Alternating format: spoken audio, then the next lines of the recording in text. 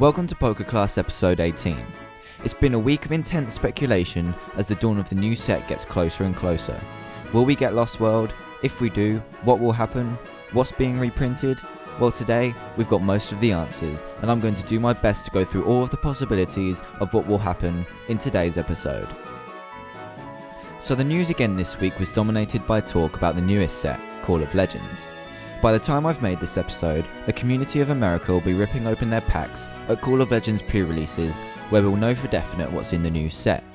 Just yesterday, PokeClass released around 40 new scans of cards in the new set, and to be honest, it's one of the worst sets I've ever seen.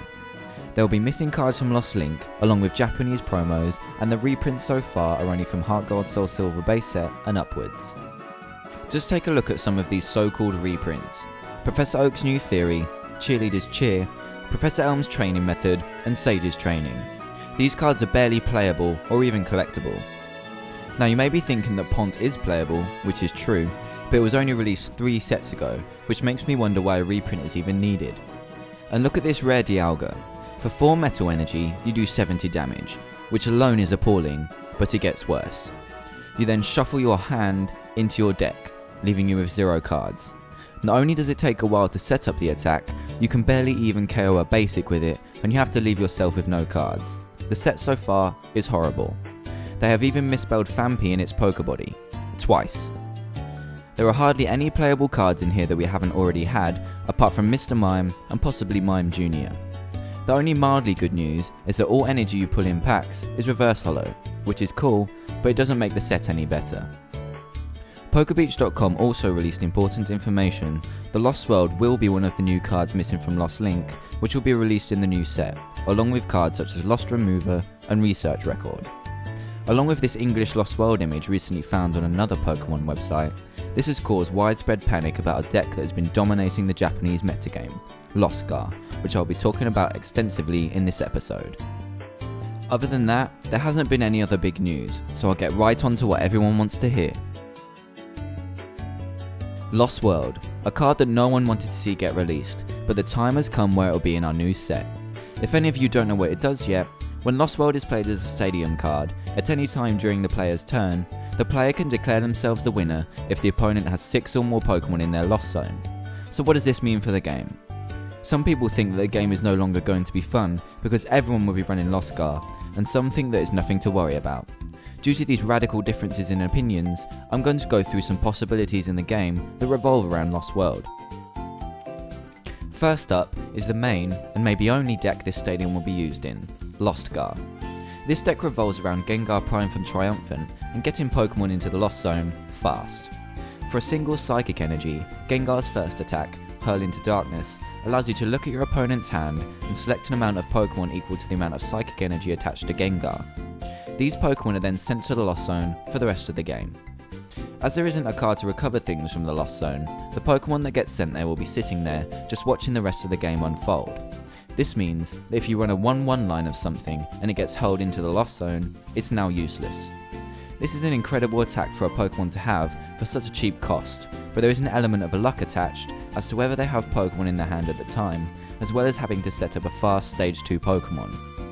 In this format, speed is crucial with SP Pokemon running around, so can Gengar keep up? This deck has received so much hype because of how well the card has been doing in Japan, even with a 4-prize format.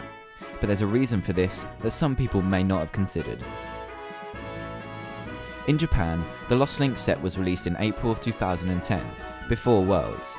This means that they still had all the cards from last rotation, which meant they had Claydol. Claydol was what made Stage 1 and 2 decks such as Jumpluff or Cursegar so popular. The deck in Japan also ran Mesprit, Heavy Seeker lines along with VS Seeker, and now Twins. Being able to use Cosmic Power so often in a game meant that the player could set up a fast Gengar Prime either turn 1 or 2 and also draw into Seeker to assure that their opponent will have something to hurl into the Lost Zone.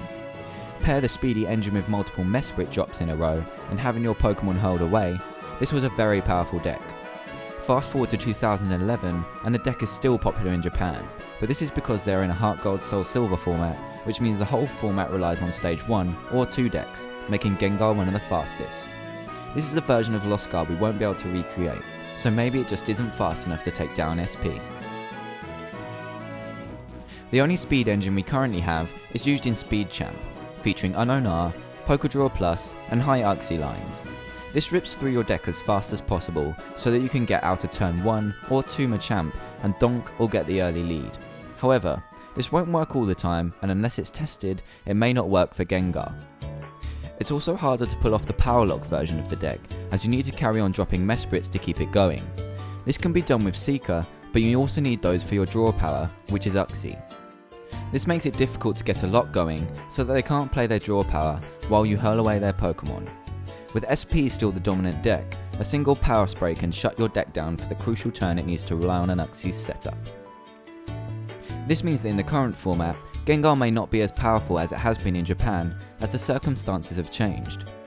I'm currently doing some testing with Lost World and different versions of the deck, but it can't currently stand up to Dialga G's Deafen and SP decks with dark techs such as Absol G Level X and Weavile G.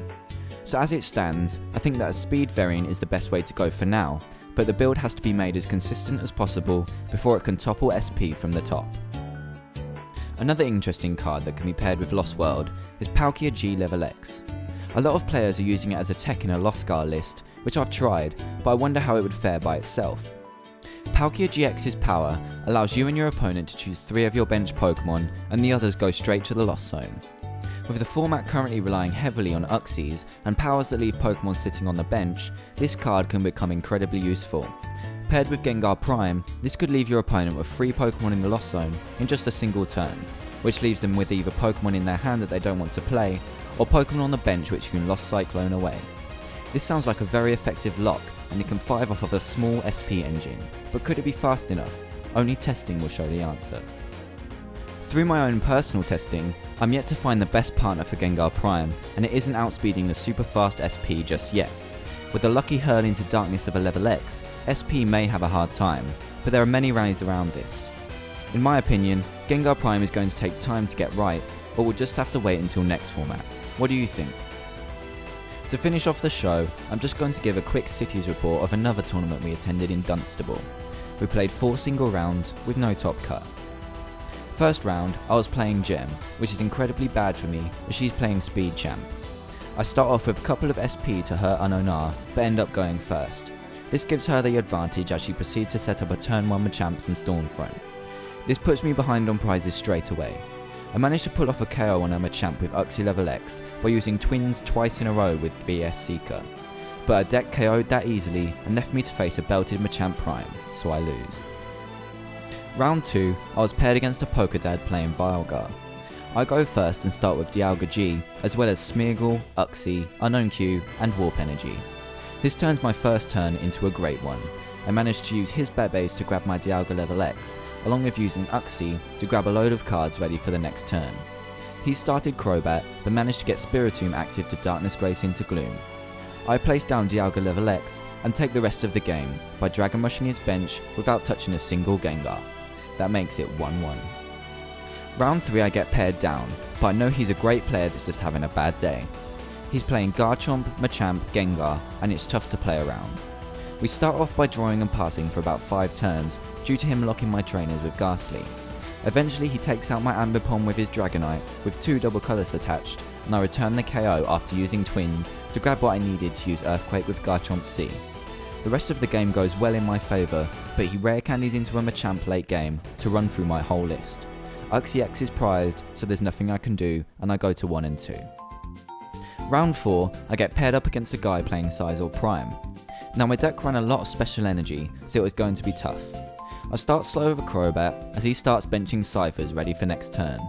I use Crobat and Roserade a lot here to stall while I get Dialga G Level X out by poisoning his active Sizers, and I locked in his Smeargle active for a couple of turns at one point with Roserade. This gives me enough time to get out Dialga G Level X to shut off his Sizor's Pokebody so I can finish them off with a couple of Dragon Rushes. It was a very well built deck which took some work to get around. A great game. So in the end I moved to 2-2, which I was pleased with as I hadn't tested with my build much. Next tournaments are going to be the big ones, states and nationals, so I'm sure I'll post some reports about that when we get there. Thanks to everyone I met at cities this year, and I hope to see you at more. We've decided not to go to pre-releases for Call of Legends as the set really isn't worth it, so we bought a Triumphant booster box instead. We were going to make a video, but decided not to, but it was a great box.